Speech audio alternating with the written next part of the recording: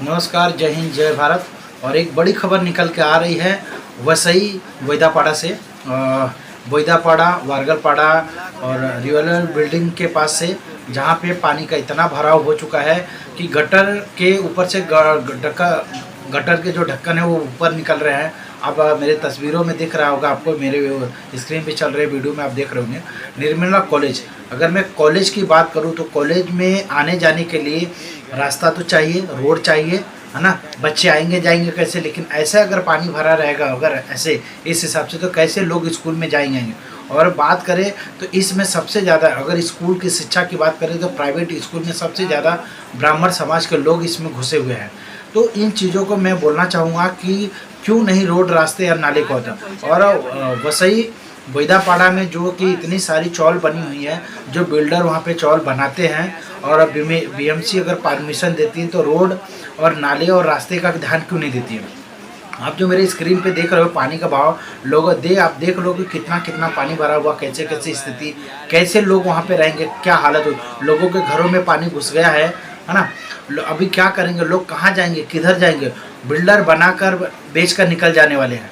लेकिन बात यह है कि जिम्मेदारी खरीदने वालों के, रूम जो खरीदते हैं उनकी भी जिम्मेदारी है, और जो बेचते हैं उनकी भी जिम्मेदारी है कि जब भी आप घर लेते हैं तो आपको सबसे पहले रोड का ध्यान देना चाहिए कि रोड है कि नहीं है। रोड है तो उस पर काम हुआ है कि नहीं हुआ है, और घर के आसपास में नाले हैं तो नाले साफ़ सुथरा है कि नहीं, सही ढंग से नाले बने हैं कि नहीं बने, पानी पास होगा कि नहीं होगा।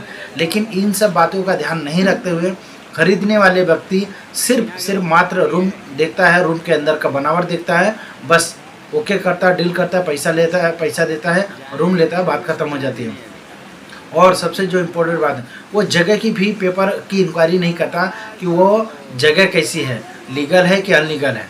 तो चलिए, ये बड़ी खबर थी वसई बोईदापाड़ा से। वहाँ पे पानी का इतना बड़ा भरा हो गया, रोड से लेके अंदर तक, जो है कि निर्मला कॉलेज से लेके पूरा भरा हुआ है।